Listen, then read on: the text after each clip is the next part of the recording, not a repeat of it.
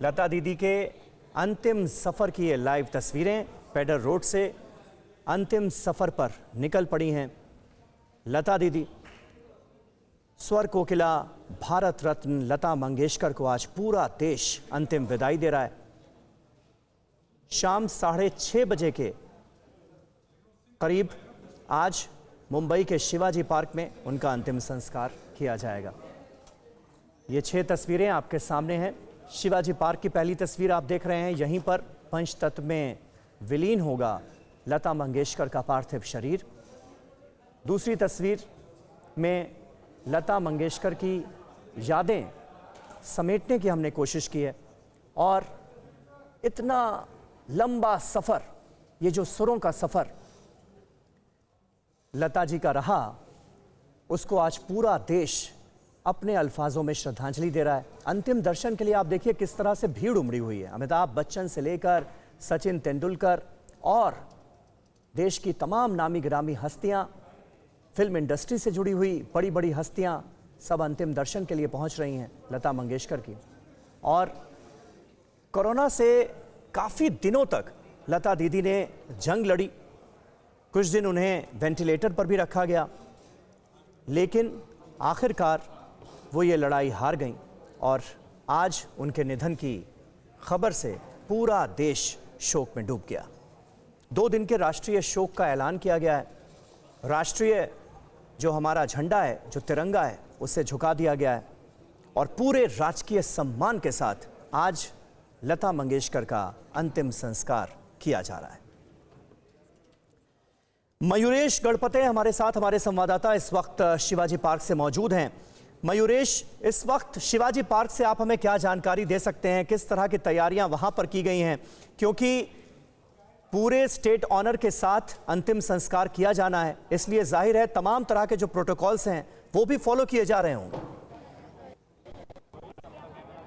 बिल्कुल, यहाँ पे आप देख सकते हैं बीएमसी है, नेवल के अधिकारी यहाँ पे है, आर्मी के अधिकारी, क्योंकि फुल स्टेट ऑनर।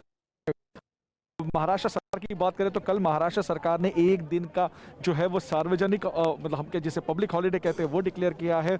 लता दीदी की जो दुखद निधन हुआ है उसके लिए उन्होंने कल पूरे राज्य में जो है वो हॉलिडे डिक्लेयर किया है। अगर शिवाजी पार्क की हम बात करें तो शिवाजी पार्क में इससे पहले सिर्फ और सिर्फ बाला साहेब ठाकरे का जो थे उनके अंतिम संस्कार यहाँ पे हुए थे, लेकिन इस बार महाराष्ट्र सरकार ने और बीएमसी ने ये स्पेशल परमिशन दी है आज से लेकर कल देर रात 12 बजे तक और 2000 स्क्वायर फीट का ये एरिया जो आप देख रहे हैं जहां पे लता दीदी के पार्थिव शरीर रखा जाएगा अंतिम दर्शन के लिए और उसके बाद यहीं पे उनके अंतिम संस्कार होंगे। तो ये स्पेशल परमिशन दी गई है बीएमसी की तरफ से।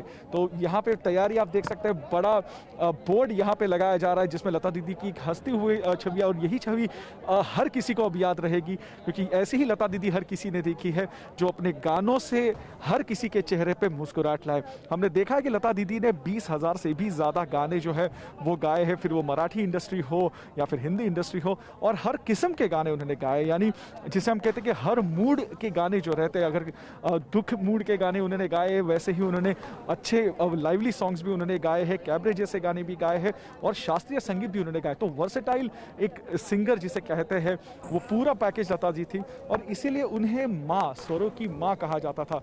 आप सुरेश वाडकर जी लीजिए या जसविंदर नरूला जो हमारे साथ जुड़ी थी, वो हर कोई जो है इंडस्ट्री का उन्हें माँ के नाम से ही संबोधते हैं, माँ के नाम से ही उन्हें पुकारते हैं। बिल्कुल सही बात है मयूरेश जो आपने कही। और हमारे साथ इस वक्त जसपिंदर जी क्योंकि मौजूद हैं। जसपिंदर जी, न जाने ऐसे कितने किस्से हैं, न जाने ऐसी कितनी कहानियां हैं जो आने वाले लंबे वक्त तक इस शख्सियत के बारे में कही जाती रहेंगी, लोग उन्हें याद करते रहेंगे। गजेंद्र चौहान साहब भी इस वक्त हमारे साथ जुड़ रहे हैं। गजेंद्र जी, आज किस तरह से आप लता मंगेशकर को श्रद्धांजलि देना चाहेंगे, कैसे याद करेंगे? मैं शुरुआत करूंगा कि लता रूप में मां सरस्वती पूजा के दिन ही चली गई। जिसने गीतों का इतिहास रचा अब वो स्वयं इतिहास बन गई, लेकिन ये वो इतिहास है जो कभी खत्म नहीं होगा, जो हमारी यादों में हमेशा याद रहेगा, हमारी स्मृति में हमेशा याद रहेगा। जब जब मैं लता दीदी को याद करूंगा, मेरे 2 क्षण जो हैं वो कभी मैं भूलता नहीं।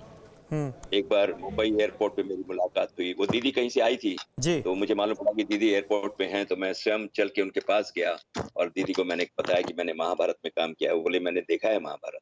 मैंने कहा दीदी मैं आपके चरण छूने की आज्ञा चाहता हूँ। तो उन्होंने कहा तुम मुझसे छोटे हो, तुम चरण छू सकते हो। मैंने जब उनके चरण छुए तो उनका हाथ जो है मेरे सर पे आया।